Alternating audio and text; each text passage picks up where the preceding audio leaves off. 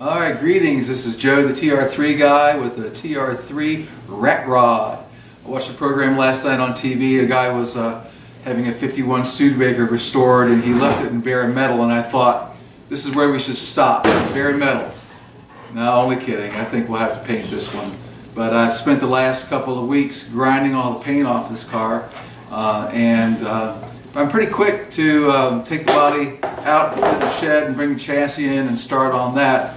I'd like to kind of just walk you around the car if we can.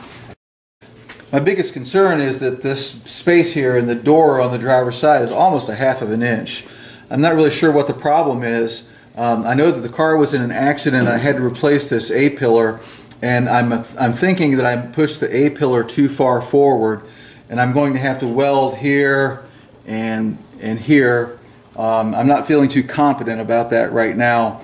You also see that this fender is just a bit too short and the lip doesn't go underneath, so I think when I put the A-pillar in, I put the A-pillar in a little bit high.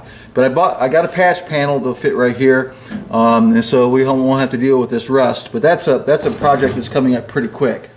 The gap on the B-pillar doesn't look too bad. I'm not going to really worry about this until I get the car back on the chassis, and we'll see how that works. I might be able to bring this space in a little bit.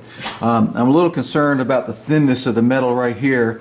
When I cut this out to put the inner sill together, when I welded it back, there's not a lot of metal there. It's solid, but there are a few pinholes, and I'm hoping that some either short strand fiberglass or some of this metal filler will take care of that for me.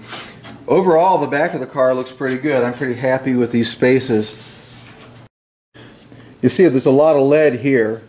I'm not sure if this is from the factory or if this is something that happened subsequently, but I'm not sure how to fix this. I've adjusted this fender as best I can, and I'm still not getting it up.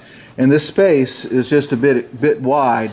I guess the rubber underneath it might help to correct that, but that's something else I'll have to be concerned about. Now onto the trunk, you can see that this is not the typical floor pan. The car came with a pretty decent floor pan, but I ground on it and welded on it and ground on it and welded on it so much that I just gave up, and it was just so thin. So I ended up taking a piece of 16 gauge and just welded it in, and I hope the purists don't mind, but I'm thinking that some filler will take care of most of the issues back here.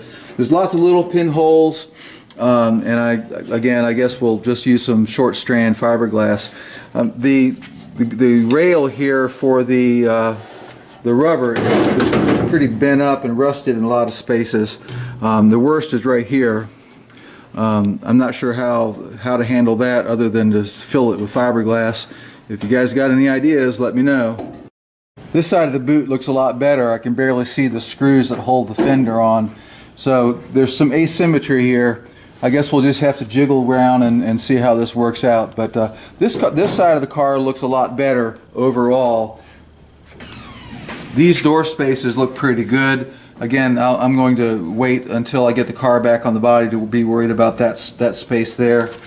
But over here, as you can see, this space looks really pretty good all the way down. I'll have to do some adjusting with the fender. I keep on reading on the internet about how people are moving these fenders back and forth, but honestly I can't see how you can move the fender at all. Okay, so I think that I'm making pretty decent progress so far. I think the plan for now that I see that the fenders fit pretty well, is I'll take the fenders and the apron and the hood and everything off of the car. I'll finish cleaning up the tub, and I'll use some Port 15 on the tub when it gets a little bit warmer, inside and out. I've got a little bit of sanding I need to do on in the engine bay. After that, I think I'll probably just stabilize the car, put the body away for a while, and bring the chassis in the shop. Spring is coming, and there's a lot of things to do. As you can see, I've got a bunch of beeware on the floor back here. I've got to build some hives. I have a small apiary that I play with, and I'm looking forward to that as well. So I'll keep you in touch as far as how the progress we're making. Things are going to slow down quite a bit now when the weather breaks. But you guys take care.